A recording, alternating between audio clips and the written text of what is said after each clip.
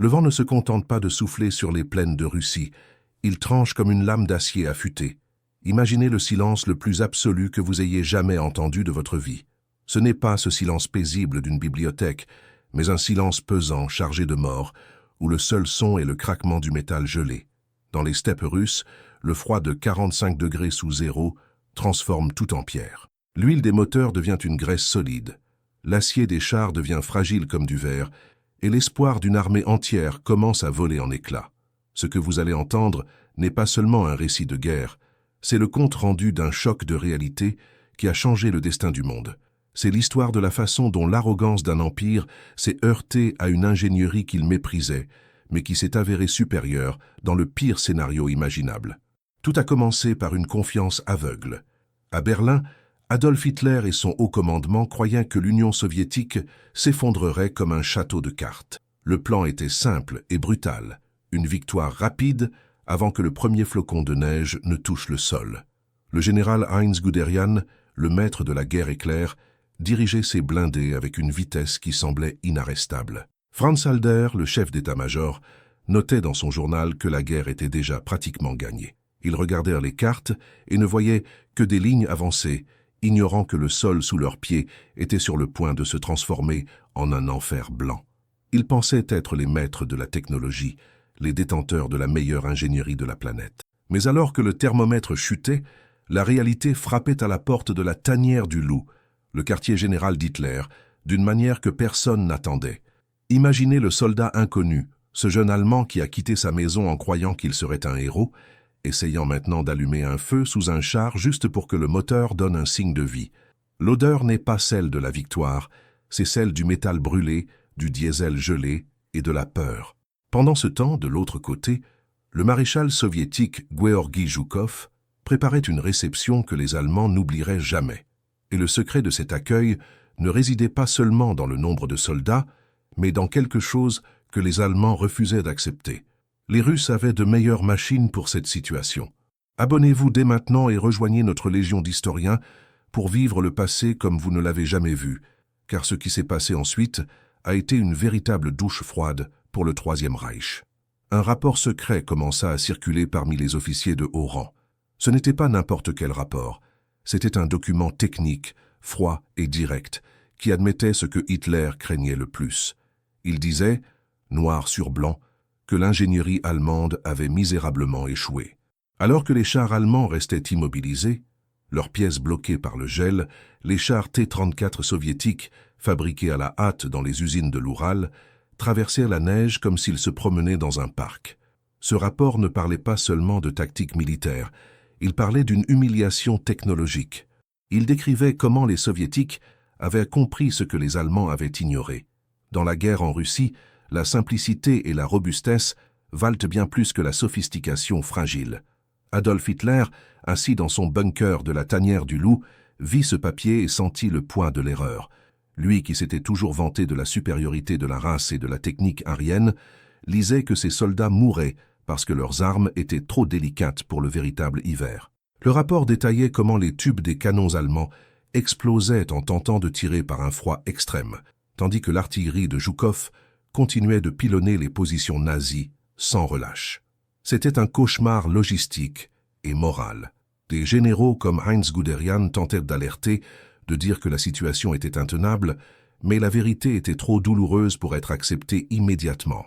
La confiance initiale, cet optimisme qui faisait chanter les soldats en marchant vers l'Est, s'était évaporé. À sa place s'était installé un sentiment d'abandon. L'armée qui se croyait invincible était désormais paralysée, littéralement figée dans le temps et l'espace. Le métal des chars, qui brillait autrefois sous le soleil d'été, était maintenant recouvert d'une couche de glace qu'aucun marteau ne parvenait à briser. Et le pire de tout pour le commandement allemand était de savoir que là-bas, de l'autre côté, dans les usines cachées derrière les montagnes, les Soviétiques produisaient des milliers de machines qui se moquaient bien du froid. Ce rapport fut le premier clou dans le cercueil d'une ambition démesurée. Il révélait que la guerre ne se déciderait pas seulement par le courage des hommes, mais par la capacité de leurs machines à survivre à l'environnement le plus hostile de la Terre. Le choc de voir que l'ennemi, considéré comme inférieur, possédait des chars avec des chenilles plus larges qui ne s'enlisaient pas dans la boue et des moteurs qui démarraient au quart de tour par 45 degrés sous zéro, a terrifié le haut commandement. Ils comprirent, trop tard, qu'ils avaient sous-estimé non seulement le peuple russe, mais aussi l'intelligence et l'ingénierie derrière sa résistance. À partir de là, l'histoire change de ton. Ce qui était une marche triomphale devient une lutte désespérée pour la survie. Le rapport qui arriva sur le bureau d'Hitler n'était pas seulement du papier et de l'encre, c'était l'avertissement que la fin commençait. L'orgueil allemand était broyé par les rouages d'une armée qu'il pensait déjà vaincue. Restez avec nous, car nous allons plonger dans les détails de ce document resté caché pendant des décennies et comprendre comment chaque mot écrit ici prédisait l'effondrement total qui surviendrait des années plus tard. Suivez chaque étape de ce voyage épique où la glace fut le juge et la technologie russe le bourreau d'un rêve sombre. Le soleil de juin 1941 n'était pas seulement chaud, c'était un feu qui semblait nourrir la soif de conquête qui bouillonnait à Berlin. À ce moment-là, la confiance des généraux allemands n'était pas seulement élevée, elle était absolue, frisant l'aveuglement. Adolf Hitler, depuis son quartier général connu sous le nom de Tanière du Loup, regardait les cartes de l'Union soviétique comme s'il était devant un échiquier où l'adversaire avait déjà livré sa reine. Pour lui et pour Franz Halder, le chef d'état-major, l'invasion n'était pas une guerre de longue durée. C'était une promenade militaire, une formalité nécessaire pour garantir l'espace vital qu'il prônait tant. L'idée vendue aux troupes et au monde était simple et arrogante. Il suffisait de donner un coup de pied dans la porte d'entrée pour que toute la structure pourrie de la maison soviétique s'effondre. Sur les routes poussiéreuses menant à l'Est, le décor était celui d'une machine de guerre qui semblait impossible à arrêter. Imaginez le bruit assourdissant de milliers de moteurs diesel rugissant en même temps, l'odeur d'huile brûlée, mélangée à la sueur de millions d'hommes et la poussière étouffante qui s'élevait des steppes, recouvrant le visage des soldats d'un masque gris. Le soldat inconnu, ce jeune homme qui avait quitté son village en Allemagne, en croyant qu'il serait un héros, sentait le poids de son fusil et la chaleur de son uniforme en laine, mais il ne se plaignait pas. Pourquoi se plaindrait-il? La victoire semblait être juste là, au prochain virage, au prochain village incendié. Ils avançaient de dizaines de kilomètres par jour. C'était la fameuse Blitzkrieg, le croque-mitaine qui avait englouti la France et la Pologne en un temps record, et qui était maintenant affamé de terre russe. Franz Halder notait dans son journal avec une satisfaction presque enfantine que la campagne serait décidée en quelques semaines, peut-être 2 mois maximum. Cette certitude était si profonde que le haut commandement allemand prit l'une des décisions les plus fatales et stupides de l'histoire militaire. Ils ignorèrent tout simplement l'hiver. Pour Hitler et ses conseillers, emporter des manteaux lourds, des gants, des bottes fourrées ou des lubrifiants qui ne gèlent pas était un signe de pessimisme, presque une trahison. Ils croyaient dur comme fer qu'avant que le premier flocon de neige ne touche le sol, les soldats allemands défileraient victorieux sur la place rouge à Moscou et rentreraient chez eux à temps pour fêter Noël en famille, en mangeant des rôtis et en buvant de la bière. Pendant ce temps, Heinz Guderian, le maître des chars, l'homme qui vivait et respirait la stratégie des blindés, menait ses divisions Panzers à une vitesse hallucinante. Les chars allemands coupèrent les défenses soviétiques comme un couteau chaud dans du beurre. C'était une vision de puissance pure. Des milliers de chars avançant en formation, tirant de leurs canons et écrasant tout sur leur passage. La confiance était telle que les soldats allemands plaisantaient sur l'armée rouge, traitant les soldats de Georgi Zhukov de barbares désorganisés qui n'avaient aucune chance contre l'ingénierie et la discipline de la race aryenne. Qu'ils regardèrent les prisonniers soviétiques, en guenilles et épuisés, et ressentaient une supériorité qui les empêchait de voir ce qui se passait réellement dans l'ombre de ces immenses forêts. Mais la Russie ne ressemble pas à l'Europe occidentale. Là-bas, l'horizon ne finit jamais. Le soldat inconnu commença à se rendre compte que, peu importe la distance parcourue, les distances semblaient augmenter. La chaleur de 35 degrés grillait la tête de ceux qui se trouvaient à l'intérieur des chars, et la poussière fine pénétrait dans les poumons, les rouages et les yeux. C'était un enfer sec, et au milieu de cette avance frénétique, quelque chose d'étrange commença à se produire. De temps en temps, des forêts denses surgissaient un nouveau type de char soviétique que les Allemands ne connaissaient pas encore bien, le T-34. Au début, Hitler et Halder traitèrent ces rencontres comme des incidents isolés, des problèmes techniques que la supériorité allemande résoudrait rapidement. Ils ne voulaient pas croire que ces sous-hommes, comme ils les appelaient, pussent avoir créé quelque chose de meilleur que les Panzers. Heinz Guderian, cependant, commença à ressentir un froid dans le dos qui ne venait pas du climat. Il vit de ses propres yeux les projectiles allemands frapper le blindage incliné des chars russes et ricocher comme des cailloux lancés à la fronde. C'était un choc de réalité que le haut commandement à Berlin refusait d'accepter. L'arrogance était un bouclier qui protégeait Hitler de la vérité, mais elle ne protégeait pas le soldat sur la ligne de front. Alors que les généraux trinquaient au champagne à la tanière du Loup, célébrant la chute de Kiev et le siège de Leningrad, le terrain changeait. La poussière qui aveuglait autrefois les soldats commença à laisser place à une humidité étrange. Le ciel, autrefois d'un bleu infini, commença à prendre des teintes gris-plomb. L'optimisme aveugle était tel que, lorsque les premiers rapports sur la résistance féroce de Georgi Zhukov et la qualité des équipements soviétiques arrivèrent sur le bureau d'Hitler, il les écarta d'un revers de main. Il disait que c'étaient des mensonges, que ces généraux devenaient mous. Pour le Führer, la volonté humaine et la supériorité raciale étaient plus fortes que n'importe quelle logique logistique ou climatique. Il n'autorisa pas la production de vêtements d'hiver en masse. Il ne prépara pas les lignes de ravitaillement pour le bourbier à venir. Il jouait tout sur un seul pari, la victoire totale et immédiate. La marche triomphale continuait, mais la fatigue commençait à se lire sur le visage du soldat inconnu. Les pieds couverts d'ampoules, la nourriture qui commençait à se faire rare parce que les camions de ravitaillement ne parvenaient pas à suivre les chars de Guderian, et le sentiment que la Russie était un trou noir qui engloutissait hommes et machines, sans laisser de traces. La confiance absolue se transformait en une anxiété silencieuse. Il regardait le calendrier et voyait qu'août se terminait, que septembre arrivait et que Moscou était encore loin. La supériorité technique de l'Allemagne, que tous juraient inébranlable, était sur le point d'être testée par un ennemi qu'il ne considérait même pas comme humain. La nature dans sa forme la plus brutale. Dans cette période d'euphorie et d'aveuglement, personne à Berlin ou sur la ligne de front n'imaginait que le véritable bourreau ne serait pas seulement le canon d'un T-34, mais le thermomètre. La logistique allemande était un château de cartes construit sur le sable de l'arrogance. Ils avaient les meilleurs ingénieurs, les meilleures tactiques et les soldats les mieux entraînés, mais ils avaient oublié l'essentiel, le respect de l'adversaire et de l'environnement. Le vent tourna et, avec lui, le destin de millions d'hommes. Ce qui était autrefois une mer de boue collante, qui ralentissait les chars et aspirait les bottes des soldats, se transforma soudain en quelque chose de bien pire. En l'espace de quelques heures, le sol durcit comme s'il était fait d'acier. L'automne russe, avec sa pluie constante, laissa place à un hiver qui ne semblait pas de ce monde. Le thermomètre commença à chuter d'une manière que les généraux à Berlin ne pouvaient même pas imaginer. Ce n'était pas seulement le froid.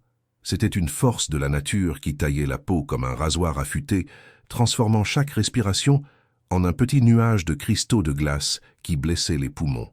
Dans les plaines dégagées menant à Moscou, le soldat inconnu reçut le premier coup.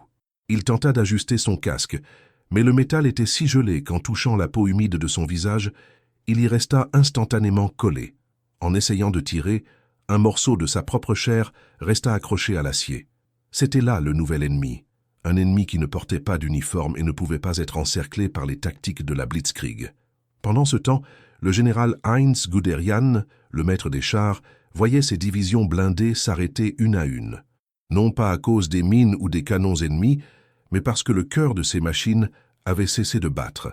L'ingénierie allemande, célèbre pour sa précision et sa sophistication, commença à trahir ses propres créateurs. L'huile de lubrification, conçue pour fonctionner parfaitement sur les routes d'Europe occidentale, ne tint tout simplement pas le coup. Lorsque la température atteignit 30-40 degrés sous zéro, ce liquide doré et fluide se transforma en une pâte sombre et solide, presque comme du goudron durci. Les moteurs des chars Panzer, qui devaient être la terreur des steppes, devinrent des blocs de métal inutiles. Guderian commença à recevoir des rapports désespérés de ses commandants sur le terrain. Les soldats tentaient de démarrer et n'entendaient que le craquement sec du métal qui se brise. Dans certains cas, en forçant les moteurs gelés, les pièces internes explosaient tout simplement, projetant des éclats de fer sur les mécaniciens eux-mêmes. La situation sur les lignes de front était une pure terreur. Le général Franz Halder, dans le confort de son quartier général, recevait les dépêches de Guderian avec un mélange d'incrédulité et d'irritation.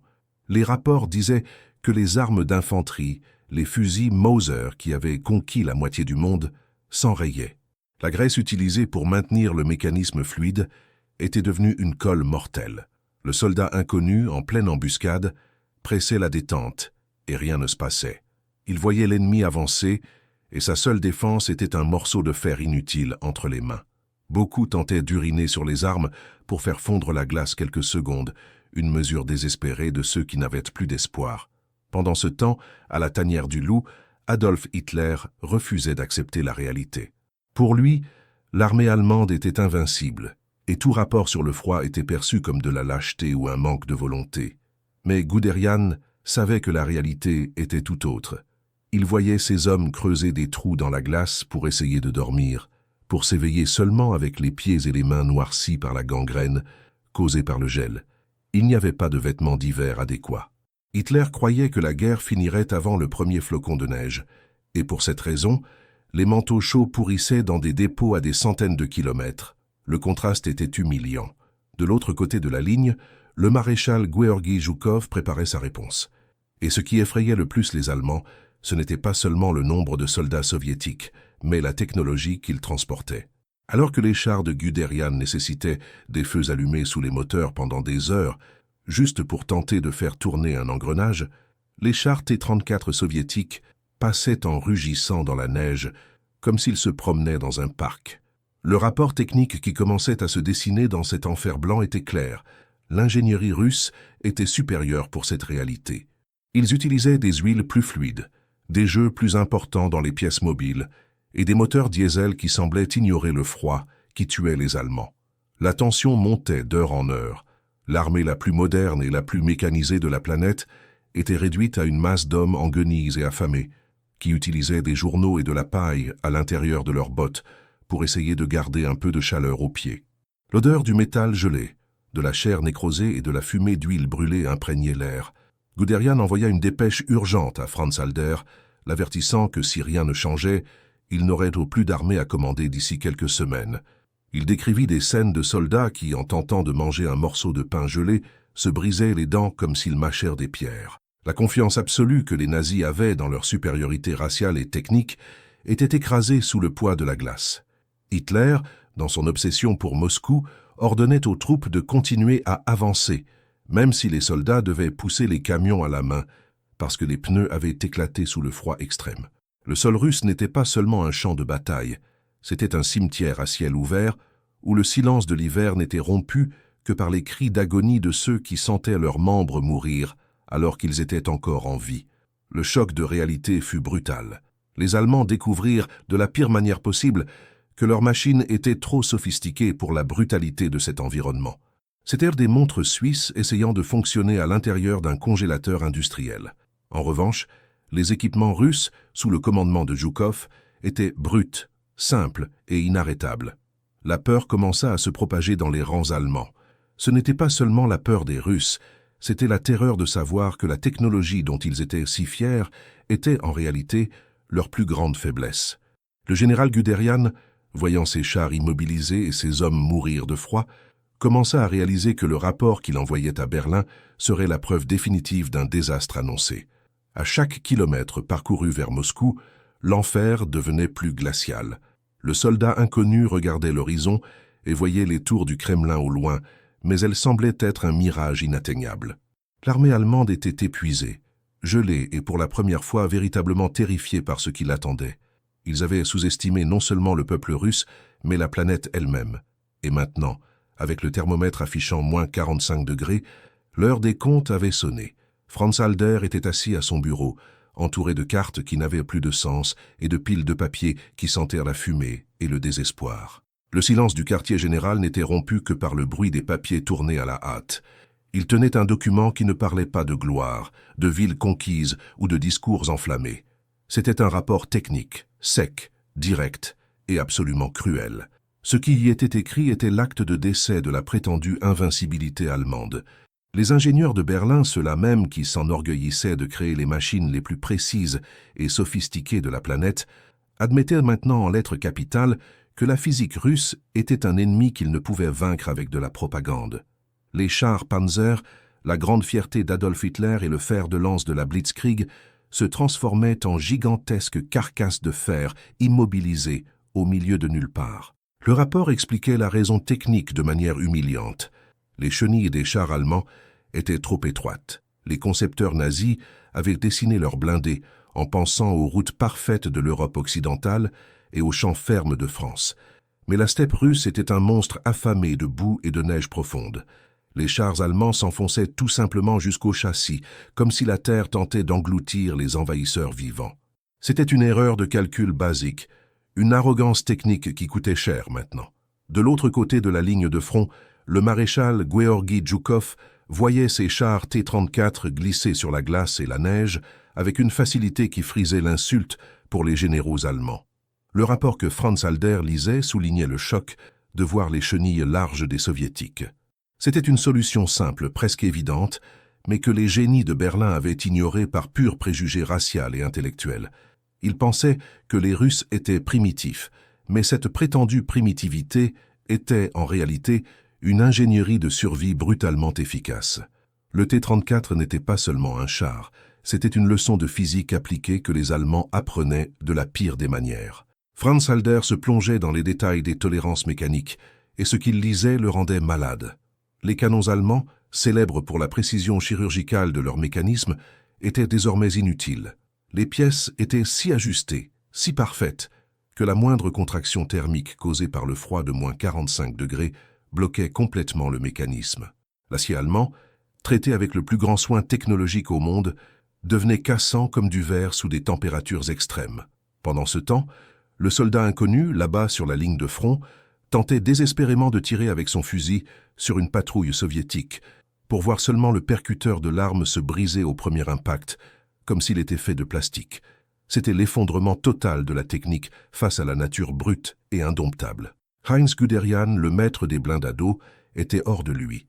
Il envoyait des messages frénétiques à la tanière du loup, avertissant que la supériorité technique qu'il prônait tant au monde était une illusion dangereuse. Le rapport technique détaillait comment les moteurs allemands devaient rester allumés 24 heures sur 24, consommant un carburant qui touchait déjà à sa fin. S'ils éteignaient le moteur ne serait-ce qu'une heure, l'huile de lubrification se transformait en une graisse solide, une sorte de colle qu'aucun moteur au monde ne pouvait faire tourner.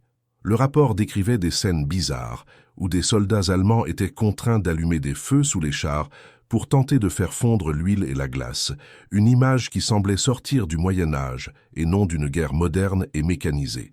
La vérité nue et crue, qu'Hitler refusait d'accepter, est que les Soviétiques avaient conçu leurs machines pour l'enfer, tandis que les Allemands avaient conçu les leurs pour un défilé de la victoire.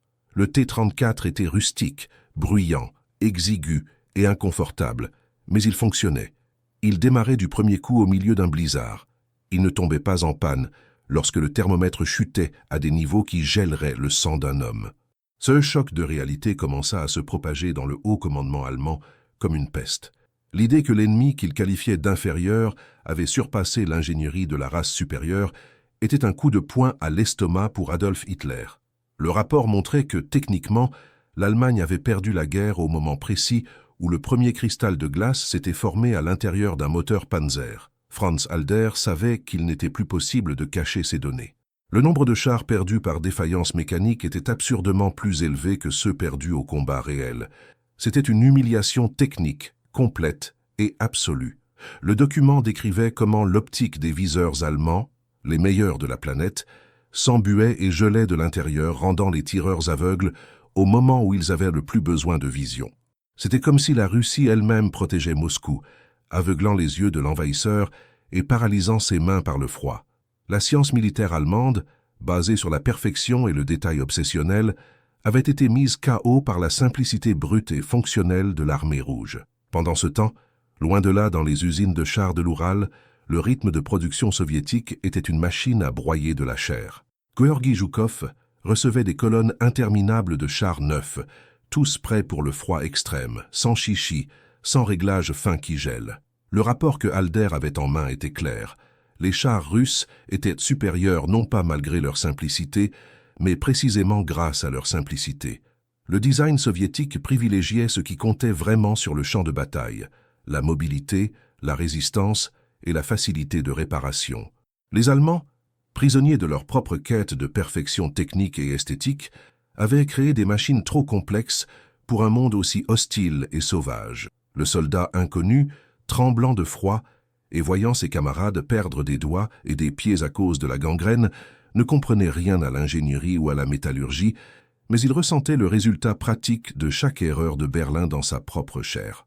Il voyait le T-34 avancer comme un prédateur souverain dans la neige, tandis que son propre Panzer n'était qu'un tas de ferraille froide qui ne servait qu'à attirer le feu ennemi.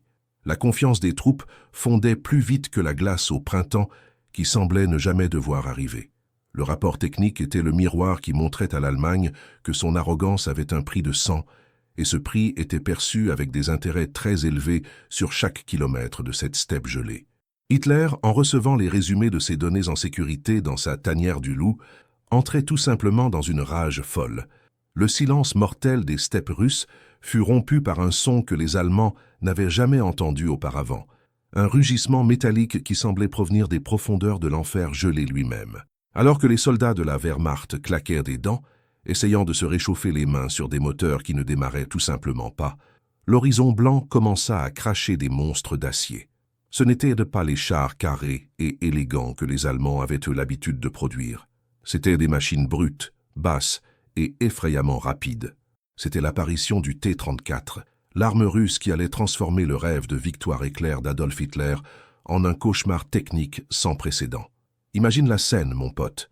Un froid de canard, le thermomètre qui affiche 45 degrés sous zéro, et toi tu es là, un soldat inconnu, essayant de tirer avec ton canon anti-char contre un ennemi qui semble ignorer les lois de la physique. Le rapport qui arriva aux mains du haut commandement allemand n'était pas seulement un papier avec des chiffres, c'était un certificat d'humiliation. Il disait, noir sur blanc, que l'ingénierie allemande, celle qui se croyait la meilleure au monde, s'était fait doubler par les barbares de l'Est. Et celui qui a senti ce coup le premier, c'est Heinz Guderian. Le général Heinz Guderian, le père de la Blitzkrieg, l'homme qui croyait que les chars allemands étaient invincibles, en est resté bouche bée. Dans ses journaux et ses communications urgentes, il a décrit le choc de voir les projectiles allemands ricocher tout simplement sur le blindage du T-34. L'ingénierie soviétique avait fait quelque chose de génial et de simple. Ils avaient incliné le blindage. Au lieu d'un mur d'acier droit, le T-34 avait des plaques angulées. Quand le tir allemand frappait, il glissait, perdait sa force et ne parvenait pas à perforer. C'était comme si les Russes jouaient avec un code de triche pour l'invincibilité. Tu vois le genre? Mais il n'y avait pas que le blindage qui rendait les généraux allemands chèvres.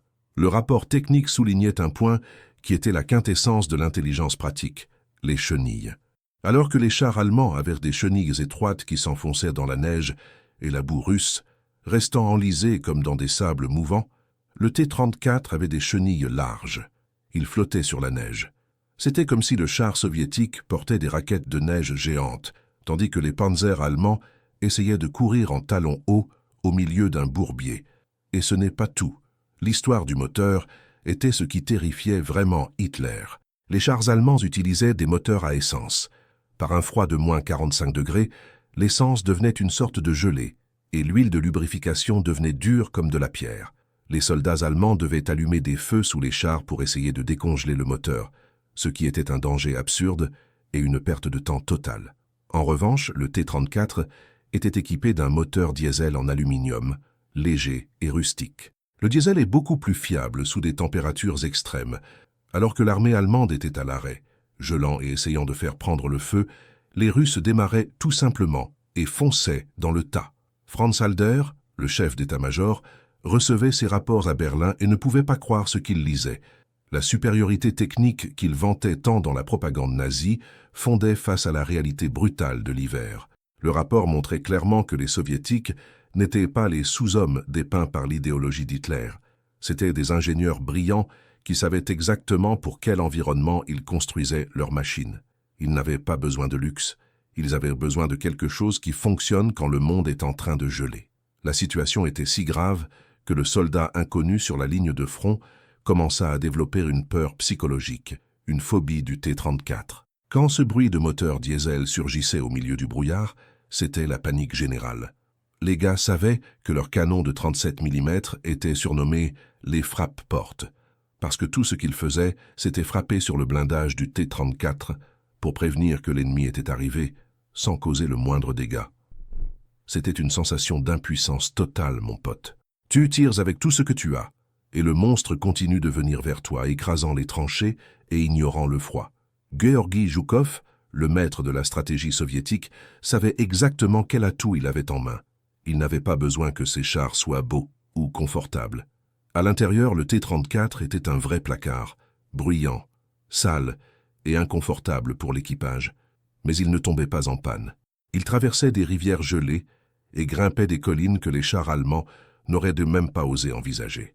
Pendant ce temps, dans les usines de chars de l'Oural, les Russes produisaient ces machines par milliers, comme une chaîne de montage de cauchemar pour le Troisième Reich. Quand ces détails techniques arrivèrent à la tanière du Loup, le QG d'Hitler, l'ambiance est devenue lourde. Hitler, qui se vantait toujours de connaître chaque vis de ses armes, est resté sous le choc. Le rapport admettait que le T-34 était le meilleur char du monde à ce moment-là. Cela brisait le récit selon lequel l'Allemagne était à la pointe de la technologie mondiale. Heinz Guderian est allé jusqu'à suggérer que les Allemands copient purement et simplement le T-34, vis par vis. Mais l'orgueil blessé d'Hitler et la difficulté de produire des moteurs diesel en aluminium à grande échelle en Allemagne ont empêché que cela se produise.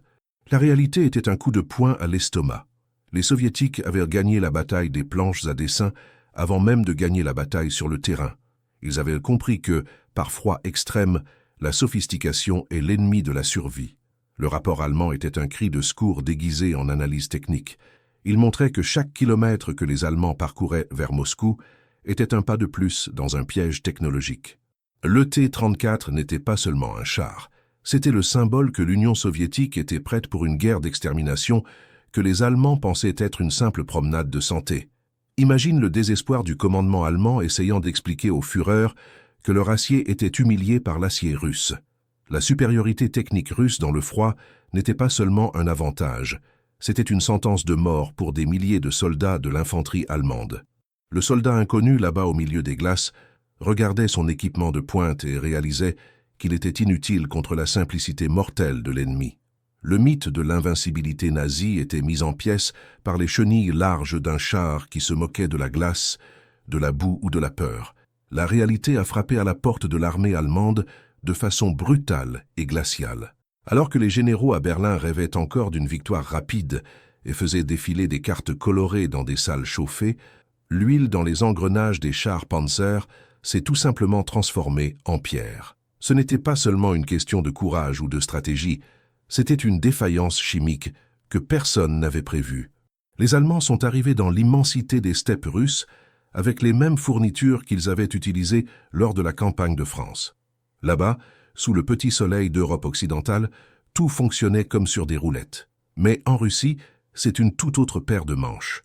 À moins 45 degrés, la science allemande, qui se targuait d'être la meilleure au monde, a été humiliée par la nature et par l'intelligence pratique des Soviétiques. Ce qui s'est passé là-bas a été un véritable cauchemar logistique. Le carburant allemand a commencé à se comporter de manière bizarre. Le diesel, qui devait alimenter les moteurs des chars, devenait une sorte de gelée épaisse et inutile. Les lubrifiants, qui devaient garantir que les pièces métalliques glissent les unes sur les autres, se sont transformés en une colle puissante. Imagine la scène. Un soldat tente de faire pivoter la tourelle du char pour viser l'ennemi et la pièce ne bouge tout simplement pas. Il tente de presser la détente de la mitrailleuse et le percuteur est bloqué, collé par l'huile gelée. C'était comme si les machines souffraient d'une paralysie mortelle. Le soldat inconnu là-bas au bout de la ligne sentait le désespoir l'envahir. Il regardait son arme, sa seule protection, et réalisait qu'elle n'était qu'un morceau de fer inutile au milieu de la neige. Pour tenter de sauver ce qui restait de l'offensive, les Allemands ont commencé à recourir à des mesures désespérées. C'était le chaos total. Comme les moteurs ne démarraient absolument pas, les soldats étaient obligés d'allumer d'énormes feux juste en dessous des chars. Oui, vous avez bien entendu. Ils mettaient le feu sous des machines chargées de tonnes de munitions et de litres de carburant hautement inflammable. C'était une roulette russe quotidienne. Si la chaleur n'était pas suffisante, le moteur restait mort. Si la chaleur était trop forte ou qu'une étincelle jaillissait au mauvais endroit, le char entier devenait une boule de feu, tuant tout le monde aux alentours. C'était le genre de bricolage qui montrait l'ampleur du pétrin dans lequel il s'était fourré. L'odeur du diesel brûlé mélangée à celle de la chair roussie et au froid cinglant créait une atmosphère de pure terreur. Pendant ce temps, de l'autre côté de la ligne, le décor était complètement différent et bien plus effrayant pour les nazis. Georgi Zhukov, le maréchal qui connaissait chaque recoin de cette terre, observait l'agonie des envahisseurs avec un sourire amer. Les Soviétiques n'étaient pas seulement habitués au froid, ils y étaient techniquement préparés. Les usines de chars là-bas dans l'Oural, loin de la portée des bombardiers allemands, produisaient des machines qui semblaient ignorer les lois de la physique. Le char T-34 utilisait des mélanges spéciaux d'huile et de carburant adaptés pour l'Arctique. Alors que l'huile allemande devenait de la pierre, l'huile soviétique restait fluide, permettant au moteur de démarrer au premier essai, même après une nuit entière sous un blizzard à vous glacer le sang. La différence technique était une gifle pour le haut commandement à Berlin. Franz Halder, le chef d'état-major, recevait des rapports qui ressemblaient à des films d'horreur. Il lisait que des divisions entières de blindés étaient immobilisées, non pas à cause des mines ou des canons, mais parce que les pièces métalliques s'étaient soudées par le gel. Il tentait d'expliquer au commandement que la logistique allemande avait misérablement échoué, mais la vérité était dure à avaler. Ils avaient sous-estimé l'ingénierie russe, pensant qu'il ne s'agissait que de paysans arriérés. Mais ces paysans possédaient une chimie de pointe pour l'hiver, chose que l'Allemagne, malgré toute son arrogance technologique, a tout simplement ignorée. À la tanière du Loup, l'ambiance était funèbre. Adolf Hitler, qui s'était toujours vu comme un génie militaire infaillible, a commencé à montrer les premiers signes d'une terreur profonde. Il faisait les 100 pas, hurlant sur ses généraux, exigeant des miracles que la science ne pouvait pas fournir. Quand Heinz Guderian, le maître de la Blitzkrieg, envoyait des messages disant que ses troupes mouraient gelées et que les machines étaient devenues de la ferraille, Hitler refusait d'accepter l'évidence. Pour lui, admettre que l'équipement soviétique était supérieur revenait à admettre que l'idéologie nazie de supériorité raciale n'était qu'un tissu de mensonges. Mais les chiffres ne mentaient pas. Le rapport technique qui lui est parvenu était clair. Les Russes avaient gagné la bataille des laboratoires avant même que la bataille des champs de neige ne commence. Le contraste était humiliant. Le soldat allemand, mal vêtu et avec son équipement bloqué, voyait l'armée de Georgi Zhukov avancer avec une efficacité effrayante. Les chars soviétiques avaient des chenilles larges qui ne s'enlisaient pas dans la boue et ne glissaient pas sur la glace comme les panzers. C'était une vision de cauchemar, des monstres d'acier surgissant du brouillard blanc, tirant avec des canons qui fonctionnaient parfaitement, tandis que les Allemands tentaient désespérément de chauffer leurs moteurs avec des brindilles et du feu. La confiance allemande, qui avait écrasé l'Europe entière, était en train d'être enterrée sous des mètres de neige russe. Cette faille dans la chimie et la logistique n'était pas qu'un détail technique, c'était le début de la fin. Chaque litre d'huile gelée était un clou dans le cercueil du Troisième Reich. Les soldats allemands ont commencé à réaliser qu'ils avaient été envoyés dans un piège mortel par des chefs qui ne se souciaient pas de la réalité du terrain. Le moral des troupes s'effondrait en même temps que la température. Le soldat inconnu ne craignait plus seulement l'ennemi, il craignait la machine même qui était censée le protéger. Le fer était trop froid pour être tenu, le carburant trop épais pour brûler et l'espoir trop rare pour soutenir la moindre avance. Heinz Guderian ressentait dans sa chair le poids de cet échec. Il voyait ces hommes perdre des doigts et des pieds à cause de la gangrène causée par le froid, alors qu'il tentait de réparer des moteurs qui ne reviendraient plus jamais à la vie. Il savait que, sans mobilité, les chars n'étaient que des cibles fixes pour l'artillerie soviétique. La supériorité technique que la propagande de Berlin vantait tant s'était révélée être une illusion dangereuse. Le rapport qui a terrifié Hitler ne parlait pas seulement d'huile et de graisse. Il parlait d'une défaite inévitable face à un ennemi qui a su respecter et utiliser l'hiver à son avantage. La Blitzkrieg était terminée, et ce qui restait était une lutte lente et agonisante pour la survie au milieu de nulle part. Chaque jour qui passait, la situation s'envenimait. Beaucoup de gens croient encore à cette vieille histoire selon laquelle les Allemands n'ont perdu qu'à cause du froid, comme si la neige était une méchante de film apparue de nulle part pour sauver les Soviétiques. Mais la vérité que ce rapport technique cachait et qui mettait les nerfs d'Hitler à vif était bien plus humiliante pour le haut commandement nazi. Ce n'est pas seulement le climat qui a vaincu la machine de guerre allemande, c'est la compétence technique et la capacité d'adaptation de l'ennemi qu'ils ont tant méprisé. Le mythe du général hiver a été une excuse parfaite pour des généraux comme Franz Halder et Heinz Guderian pour masquer un fait amer. Ils ont été surpassés par l'ingénierie et la stratégie russe. Tandis que les soldats allemands tentaient d'allumer des feux sous leurs chars pour décongeler l'huile, au risque de tout faire sauter, les soviétiques opéraient avec un naturel désarmant. Le rapport détaillait comment les chars T-34 glissaient sur la neige profonde avec leurs larges chenilles, alors que les blindés allemands, avec leurs roues étroites et leur mécanique sensible, restaient enlisés, devenant des cibles faciles, comme des canards posés sur un lac gelé. Georgi Zhukov, le maître de la logistique et de la défense de Moscou, savait exactement ce qu'il faisait. Il ne se contentait pas d'attendre l'arrivée du froid, il préparait un piège monumental en utilisant des troupes nées et élevées dans la glace. Ces troupes sibériennes que Zhukov a amenées sur la ligne de front étaient le cauchemar de tout soldat de l'Axe. Imaginez le soldat inconnu allemand, grelottant de froid dans une tranchée peu profonde, parvenant à peine à tenir son fusil, parce que ses doigts restaient collés au métal gelé. Soudain, du milieu de la brume blanche, surgissent des hommes vêtus d'épais manteaux de fourrure, de bottes en feutre chaude et surtout d'armes qui fonctionnaient. Les mitrailleuses soviétiques avaient des jeux plus importants dans leurs pièces mobiles, ce qui leur permettait de tirer même pleines de glace et de saleté. En revanche, les armes allemandes, fabriquées avec une précision d'horlogerie suisse, s'enrayaient au moindre signe de givre. À l'intérieur de la tanière du loup, l'ambiance était à la pure terreur psychologique. Quand Hitler a lu que les soviétiques possédaient des huiles lubrifiantes qui ne se transformaient pas en graisse solide à moins 40 degrés, il a réalisé que son idée de supériorité raciale et technologique était une illusion périlleuse. Le rapport montrait que les Russes avaient pensé à tout, des additifs pour le carburant au système de chauffage simple et efficace pour les moteurs. Franz Halder notait dans son journal d'une écriture de plus en plus tremblante que la résistance russe n'était pas seulement du fanatisme, c'était une machine de guerre qui évoluait plus vite que la leur. Le choc de réalité fut brutal. Heinz Guderian, qui fut toujours le maître de la guerre rapide, la fameuse Blitzkrieg, a vu ses chars s'immobiliser à cause de filtres à air bouchés par des cristaux de glace.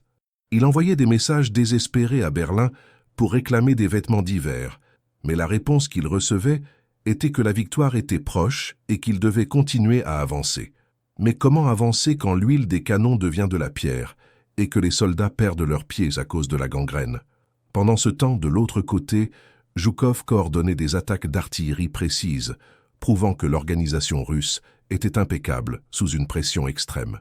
La ville de Moscou, qui semblait si proche que les officiers allemands disaient pouvoir voir les coupoles du Kremlin aux jumelles, est devenue un horizon impossible à atteindre. La contre-attaque de Zhukov, lancée avec des troupes reposées et équipées pour l'enfer blanc, a repoussé les Allemands avec une violence qu'ils n'avaient jamais connue. Là, dans les steppes russes couvertes de cadavres gelés, le monde a compris que l'Allemagne nazie n'était pas invincible. La technologie russe, souvent ridiculisée comme rustique et primitive, s'est révélée être la seule capable de survivre à la fin du monde. L'héritage de ce rapport technique est une leçon d'humilité que l'histoire a donnée à l'arrogance militaire. Hitler a tenté de dissimuler ses faits, essayant de blâmer le destin ou le manque de chance, mais les chiffres ne mentaient pas. La supériorité technique des soviétiques par froid extrême a changé le cours de l'humanité. Le sacrifice de millions de civils et de soldats qui ont affronté la faim et le froid pour maintenir les usines de chars en activité dans l'Oural a permis à la liberté d'avoir une chance contre la tyrannie. Aujourd'hui, quand nous regardons les ruines de cette époque, ou que nous visitons les mémoriaux à Moscou et à Berlin, nous nous souvenons que la guerre ne se gagne pas seulement avec des discours de haine ou des plans grandioses sur des cartes en papier. Elle se décide sur le terrain, dans l'huile qui ne gèle pas, et dans la résilience de ceux qui sont prêts à supporter l'insupportable. La défaite allemande devant Moscou fut le début de la fin pour le Troisième Reich, un rappel éternel que sous-estimer l'ennemi est le chemin le plus court vers sa propre destruction. L'histoire de ce rapport nous enseigne que le courage humain, allié à une préparation réelle, est capable de vaincre même la force la plus sombre. Puissions-nous ne jamais oublier le coût de cette victoire et que les leçons de 1941 servent à ce que nous n'ayons plus jamais à voir le monde plongé dans une telle obscurité. La paix est fragile et la mémoire est notre seule défense pour que le passé ne se répète pas. Si vous êtes arrivé jusqu'ici et que vous avez ressenti le poids de cette histoire épique, ne laissez pas cette connaissance mourir. Likez cette vidéo, partagez-la avec ceux qui aiment l'histoire, la vraie, et abonnez-vous à la chaîne pour ne pas manquer nos prochaines immersions dans les événements qui ont façonné notre monde. Votre participation est ce qui maintient notre légion d'historiens vivante et forte. Et maintenant, je veux avoir votre avis. Quelle autre bataille ou quel mystère de la Seconde Guerre mondiale voulez-vous que nous décryptions ici? Laissez votre commentaire ci-dessous et poursuivons cette conversation. À la prochaine histoire.